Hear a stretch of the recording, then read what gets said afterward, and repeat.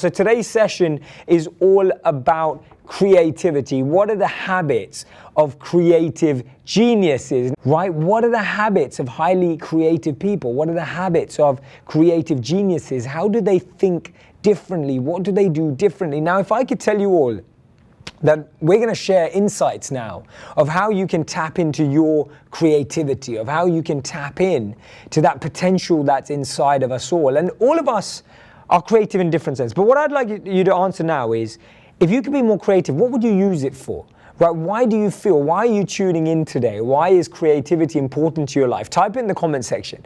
Let me know, why is it that you believe it's even important that we as human beings, that we as individuals, that we as colleagues, that we as employees, that we as relationships, partners, whatever it is, whatever the roles we play, why is creativity important? If you could be more creative, what would you use it for? I want you to answer that. Now, the amazing thing is that statistics show that 75% of people feel they're not living to their creative potential. 75% of us, it's huge. 3/4 of us believe that we're not tapping into our creative potential. Now, what does that mean? Does that mean that we don't have enough opportunities to be creative? Does that mean we're not creating opportunities to be creative? Creativity allows us to express ourselves. It allows us to bring out the fire in our soul, that artistic nature, that ability to create that we all have inherently within us, and allows us to bring that out in a way that other people can appreciate it, that other people can value it. So creativity can change our relationships. It can spark inspiration. It can spark thought in everyday life. So 80% of people at work feel more pressure to be productive than creative. What is it that creative people do differently? Because if 80% of us feel pressure to be more productive, 75% of people feel they're not tapping into their creativity. There's a great book by Scott Barry Kaufman and Carolyn, and they talk about Wired to Create. Scott Barry Kaufman, right? Wired to Create is the name of the book. And in that book, it talks about how we are wired to create. We are wired to think differently. But how can we actually tap into that in our own lives? What can we do differently that allows us to access that creativity? See, things can always be there. It's just whether we notice them or not, whether we're able to see them or not. For example, the sun is always out, the sun is always shining, just the clouds are covering it sometimes. Similarly, in our own lives, creativity is inherently there within us, but we're just not able to see it. We're not able to move the clouds away, the clouds of productivity, the clouds of pressure, the clouds of time management. All these things can sometimes stop us from being creative. What is it that's clouding your personal creativity? When do you feel most creative? I want you to write down, when do you feel most creative and when do you feel least creative? The reason why it's so important to understand these things is that we're raising our self-awareness. One of the biggest challenges in our journey is just not really knowing when we're at optimal level. It's so strange. I ask people all the time, I said, so when do you feel most happy? When do you feel most connected? When do you feel most driven? And we struggle to answer that question, because we haven't really thought about it. Victor says, I'm in a creative profession, but my creativity only comes in intense spurts. How can I turn it on full time? How many of you feel that way? How many of you, whether you're in a creative profession or in a not so creative profession, how many of you feel that your creativity comes in bursts? The one thing I'd like to say to you, Victor, is that's great. Like, the fact that you have bursts of creativity is phenomenal. That's amazing. Harness that, keep it, cherish it, treasure it. And to be honest, creativity is so beautiful that often it is rare, often it is a spur, often it is a anomaly, often it's not something that will happen every day. It doesn't have to be, and that's okay. But one of the ways, so there's this great quote by Steve Jobs, where he said that creativity is simply connecting things. And he said that if you ask a creative person how they did something, they almost feel guilty because it just felt obvious. It feels easy because all they did was connect one dot to another dot, and that's what creativity is. If you look at technology today, even if you look at something like Facebook, we're all tuned in through Facebook. If you think of the word Facebook, Facebook started out as something that everyone would get at the end of their year in college or university, which would be a Facebook, a book of faces, right? That's one thing. Now the idea is, oh, now we can be online. Let's connect that idea online. Let's take it online. I've just shared a quote from Steve Jobs where he talked about creativity is just about connecting things. So Victor, if you want to escalate, if you want to make your ability to create exponential, you need to be creating or connecting more things. To connect more things, you need to expose yourself to more experiences, more people, more thought processes that often seemingly don't relate. When they did a study, Harvard researchers did a study on 3,000 executives over a period of 6 years, and they mapped what was the most number one skill for the differentiator between innovators, creatives, and non-creatives. There was one thing that stood out.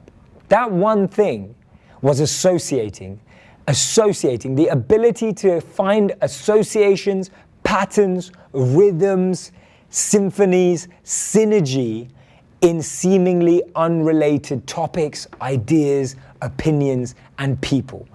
Epitome of that, Steve Jobs was able to make calligraphy relevant to designing computers. It's funny, I was out with a friend the other day in Best Buy. We were looking on Amazon, Best Buy, and online all at the same time in different outlets and trying to find out which was the best computer for him to buy and what was the best price for him to buy. The funny thing is we got introduced to some terrible looking devices that looked like we had computers in the 1800s. Like these devices literally look like someone had stuck two pieces of slate together and put a hinge on the end of it. And it was shocking. Whereas Apple was at that time inspired by Steve Jobs wanting to apply calligraphy to the fonts and the design of computers. This amazing story when Mark Zuckerberg interviewed the Prime Minister of India, Prime Minister Modi, last year, he talked about how there was a time in his career when Facebook wasn't going in the direction that he wanted it to. And he went to Steve Jobs, and Steve Jobs advised him to visit an ashram, right? A spiritual ashram in India, to remind himself of what Facebook was actually created to do. It's phenomenal that people can find business solutions all the way in an ashram in India that doesn't use technology or electricity for that matter. And you can find calligraphy and art relevant to designing computers.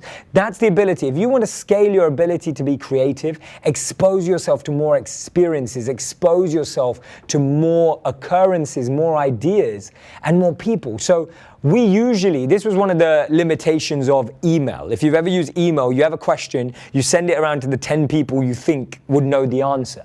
You've limited your pool of ideas. Today you can ask the world, you can ask a question on social media and someone will have the answer to it, right? You're creating an exponential ability to find answers to questions. I'm talking from a book primarily called Wired to Create by Kaufman. I definitely recommend taking a look at it. It talks about how we're wired to create, wired to be creative. Don't feel that you need to be allowed to do that, Rohit. Create that space too. Creativity starts with creating the space to be creative. That's where it begins. Creativity doesn't begin when you come up with an idea. Creativity comes with that self-awareness of knowing where you're most creative. So another thing is working in places and times that work for you. And knowing that is so integral. Now, there's a cliche now, there's a niche of people talking about how they feel more creative when they're in a park, or we feel more creative when we have slides in our offices, or we feel more creative when we have a sandbox in our offices, popularized by Google. Now, the funny thing is that lots of companies have ventured down this route of providing multiple playground opportunities in the workspace, yet people are not more creative because there's a certain mindset that requires that space. Now, I know that I don't need a tennis table, ping pong table.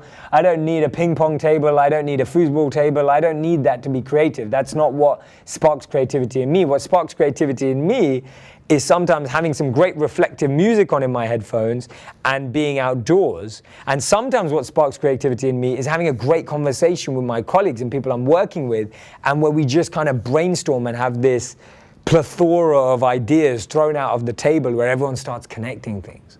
But it's about knowing yourself. So know workspaces and work times that truly inspire and work for you. If you can't change, so there's 2 to 3 solutions to every challenge that we have.